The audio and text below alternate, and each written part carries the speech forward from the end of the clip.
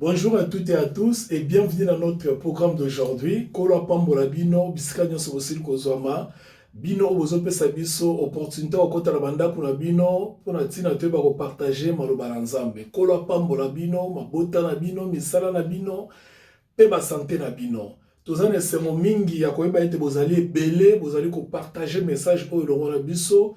Bozali ko sangana longo na biso poto loba oyo etali maloba na Nzambe ko tanga oyo ezali étude oyo tozali kosala tobandaki wuta mikolo eleki ebele. Alors lelo tozali ko continuer une étude na biso, toza toujours na dispensation à loi, yambo tokota na dispensation de l'église ou bien l'âge de l'église ou bien dispensation de la grâce. Bongo tokomi une étape oyo tozo expliquer nini oyo ekoki ko esalemaki selon la révélation oyo Nzambe apesaki epai ya mosali na ye na livre ya Daniel. Pourquoi tu as une étape oyo? Parce que tu as expliqué qu'on la fois passée pour la bande de bazolanda biso et ezali une étape moko ezali transition oyo ezako permettre biso pour te comprendre l'étude oyo parce que dans le plan de Dieu na wuta e bandeli kino na suka ya ba dispensation période oyo kaka dispensation oyo to komona prochainement. Oh, ezali dispensation de l'église, ezali dispensation moko ezali ki mystère. Nzamba yeba ko bomba yango, akoka ko révéler yango. Te voilà pourquoi moto zoko kende bisika nini oyo e uta ki poto sosola mystère wana ezali nini. Alors, lelo to otanga na mokanda na Ephésiens chapitre 1er et pardon chapitre 3 verset 1 à 7. Mais yambo to bondela Nzambe to tika momo na boko na Nzambe. Papa to peso merci na kombo na Yesu Christ parce que c'est persio na ngolu na yo na mawa na yo pe na bolingo na yo o renouveler bolamu na liko na biso na tongo na lelo.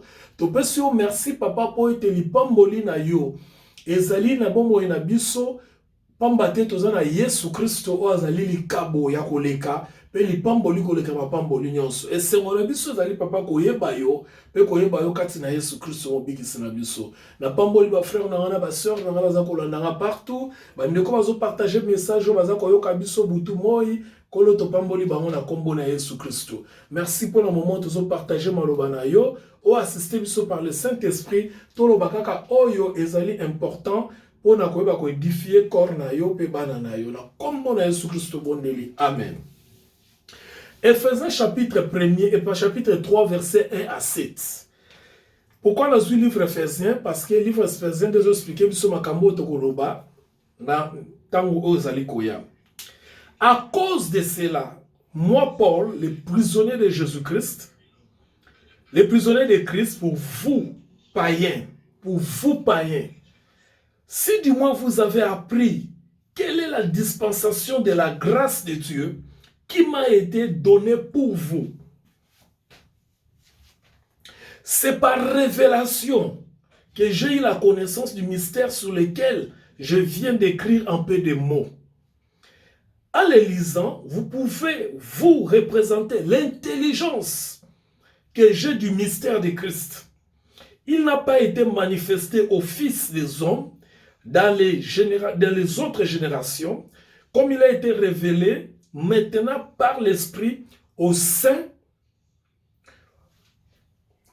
apôtres et prophètes en Christ. Prophètes de Christ, pardon. Ce mystère, c'est que les païens sont cohéritiers, forment un même corps et participent à la même promesse de Jésus-Christ par l'Évangile, dont j'ai été fait ministre selon les dons de la grâce de Dieu qui m'a été accordé par l'efficacité de sa puissance. Alléluia. Alors, l'effondrement du système. La chute du système ou bien l'effondrement du système. La fois passée, tu as le roi d'Nabuchodonosor a vision. Pendant nini moto moko ta kokaki ko interpréter vision wana ata bandoki na ye banganga nzambe na ye ko interpréter vision wana te. Bongo zalaki na mwana mobali mo babena ko Daniel azalaki ndenge na expliquer que vraiment faute de temps to zonga la nyonso socialité mais soko zongi na page na biso YouTube belle femme ma bébé officiel au romona ba précédente prédication zali wana oyo kopesa oyo éclaircissement. Daniel azalaki ba déporté donc bana oyo bakangaki bango na boumbu bayaki na bango na mboka oyo babengi Babylone. Yenda kokaki kozala na intelligence ya nzambe oyo tobengaka lelo d'anglais tobenga yango Bible literacy, c'est-à-dire l'intelligence biblique.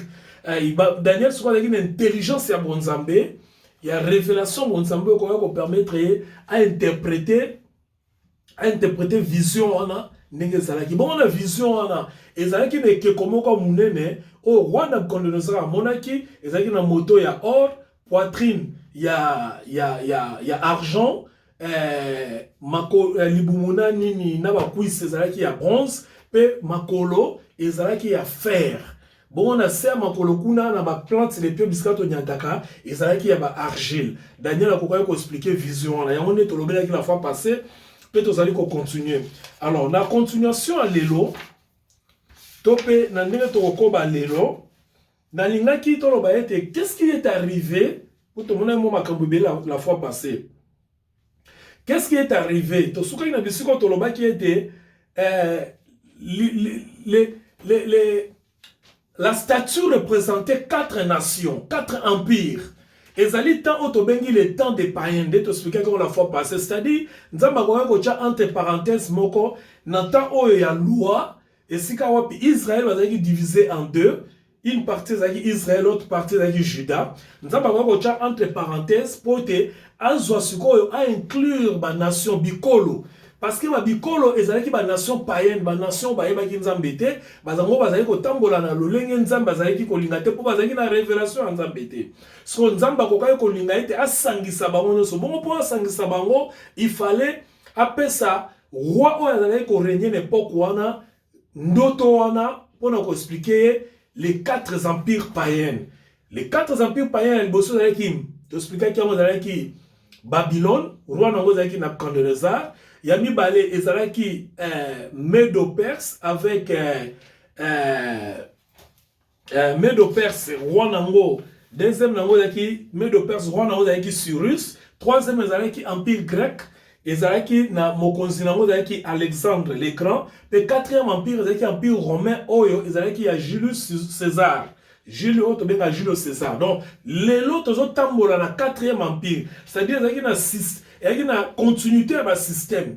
Système, on a expliqué que vraiment tant que zongé parce que ce zongé to globate quand tu as la page na biso tala malmaté au les cas qui la fois passé au comprendre. Alors le lot la chute ou bien l'effondrement il y a système parce que système on est qui tellement mabé bien que Dieu l'avait permis ils allaient qui tellement mabé mais enfin quand tu as l'effondrement du système tu retenir 3 éléments très importants. Il y a le bosso que statut wana ce que Italia on est la configuration ils allaient qu'on se détériorer en qualité mais ils allaient qu'on se renforcer dans matière aux allaient qu'on composer en voilà qui c'est une soit tali statut à balobi moto nango zaki ya or mais soit tali na seti et qui tient na se moto or argent bronze mais na makolo kuna balobi yaki ya fer. Donc, on a la qualité, ils se détériorer, c'est-à-dire qu'ils ont quitté la qualité. Comme moto, on a dit or, ils ont dit ça, et l'autre, ils ont dit motouya makas, motouya koleka. Mais son tali est comme bronze, or et les ont la qualité, pardon, argent, or et les argent la qualité. Et l'on a argent qui tient à bronze, argent et les bronze la qualité. Et l'on a bronze comme la fer, bronze et les fer la qualité. Donc, son la qualité, ils ont quitté. Normalement, dans nord, il fallait que kolanda ezala biloko pe ya motuya koleka wolo.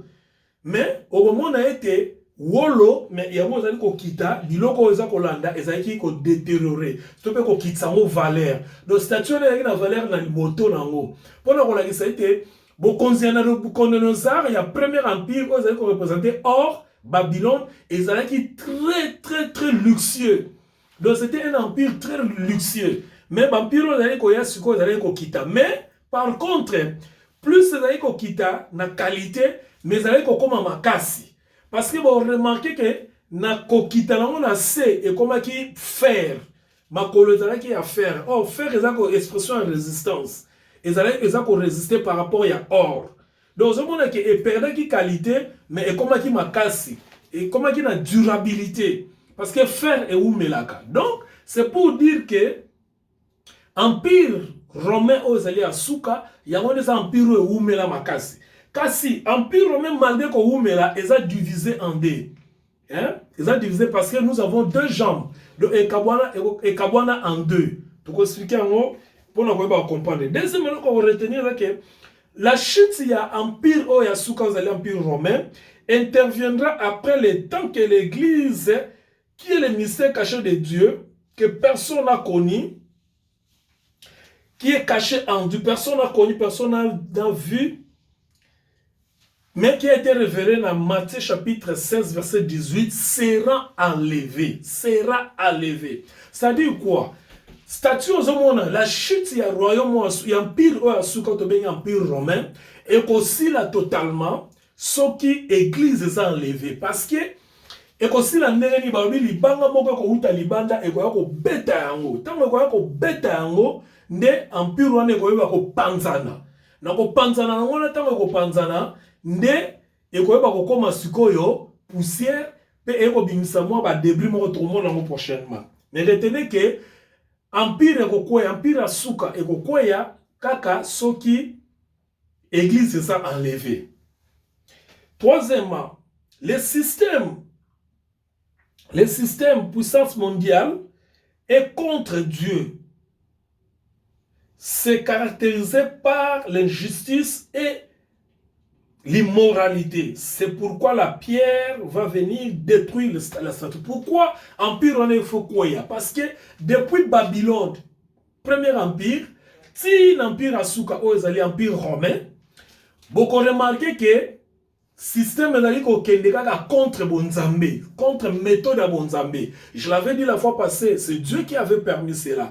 Mais le coup les autres qui ne contre Bonzambe et bien que Dieu avait permis, mais vous avez une raison pour Nzambe à détruire le système voilà parce que le système voilà il y a autre chose dans l'eau. Ils sont caractérisés par l'injustice et l'immoralité. C'est-à-dire la loi des plus forts qui règne. Bah baza makasi, bazo maté, baza faible. Bah bazali faible, bazo vivre en immoralité parce que moi ba réclamer ba droit et égalité. C'est ça le système du monde. Méchant.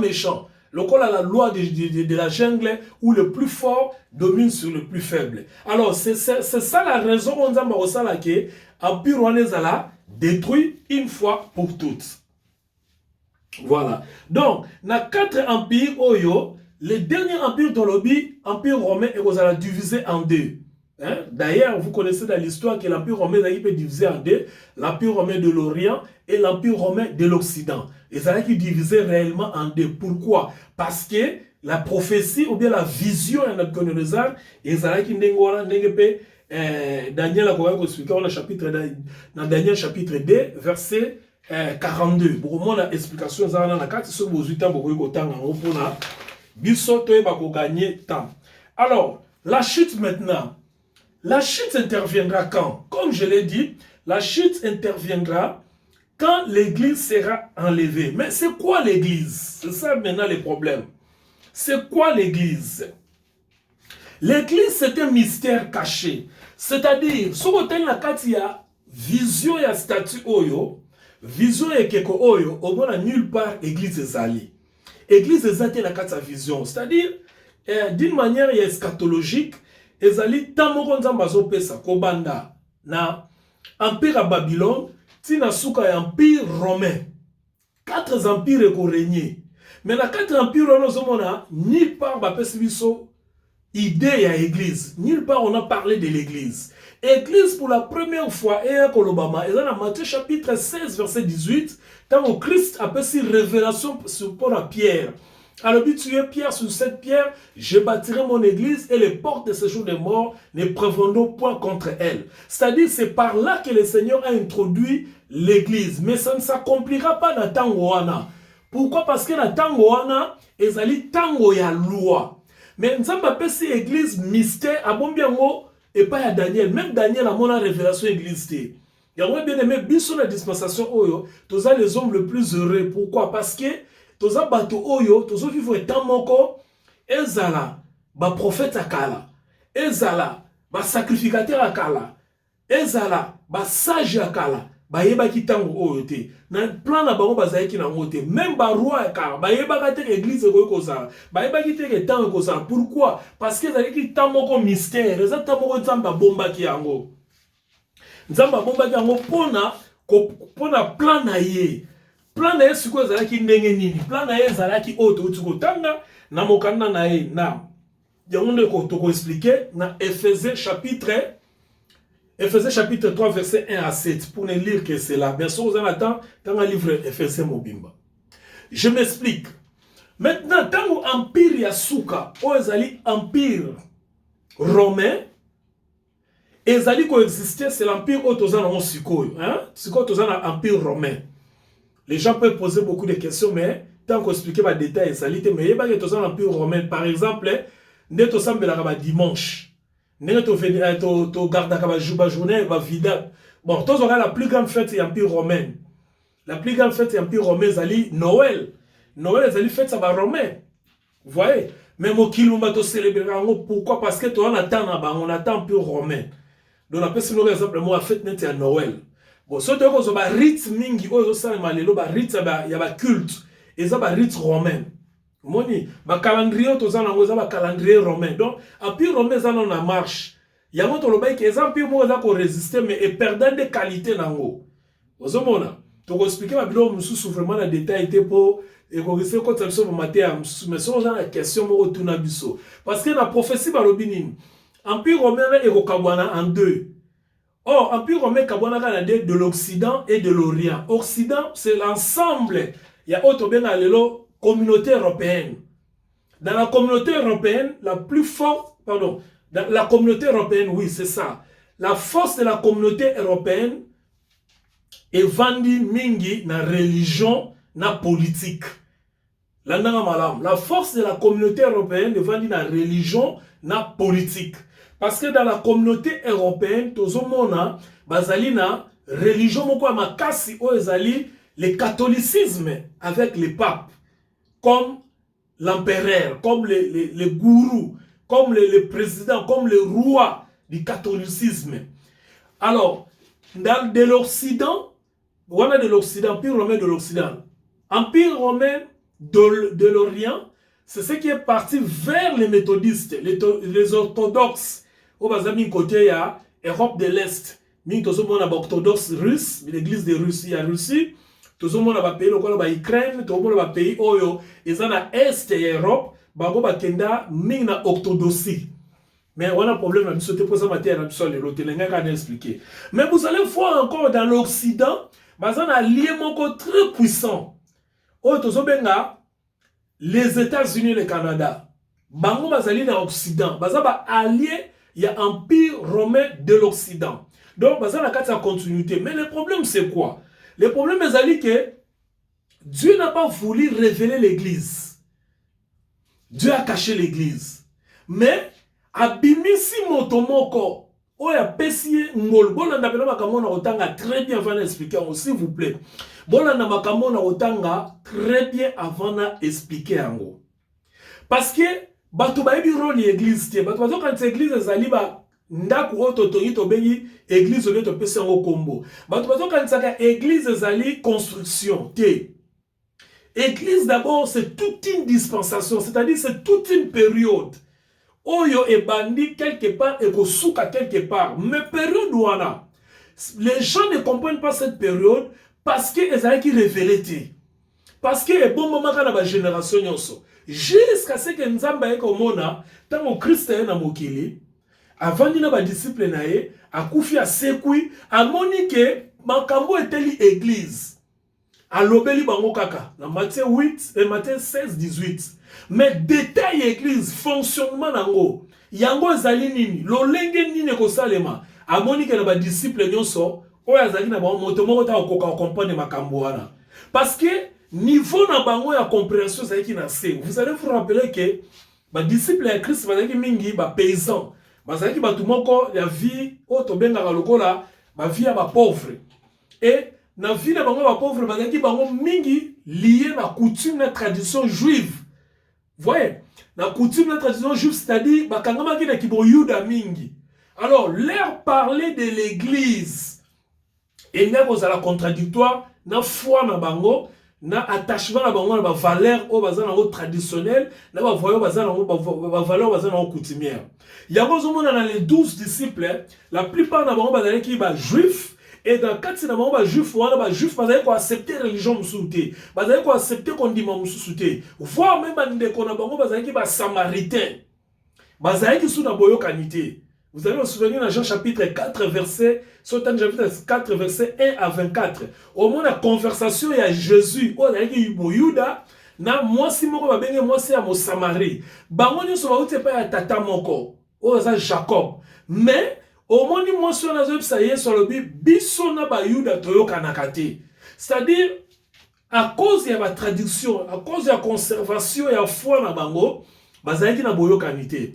À plus forte raison, ceux qui na ba tradition, bango na bango bayoka nakate, c'est que biso tozaki ba païen, toyoka na ndeni. Voilà la raison pour laquelle yeso mona ke bato tazana bango. Baza trop traditionnel, baza trop attaché au judaïsme. Ceux qui n'ont pas dit qu'on l'obéit la bango, makambo etali église, bako accepter en côté, bako nimangote, bako côté sa tradition, bako côté sa loi, parce que bazali otobenga en français ba légaliste, bazali bato o ba vanda na mibeko ya Moïse. Ce que ceux qui nous ont expliqué bango makambo ya église, bako comprendre en côté. Tika na pesa bango ka révélation. Ngai moko nazokende soki na kenda ko luka mutu oyo na ko pesa ye révélation ya église a détaillé ngo pe alobela na bosolo parce que même Daniel azalaki moyuda akokaki te komona révélation ya église parce que alien ko contredire ngo.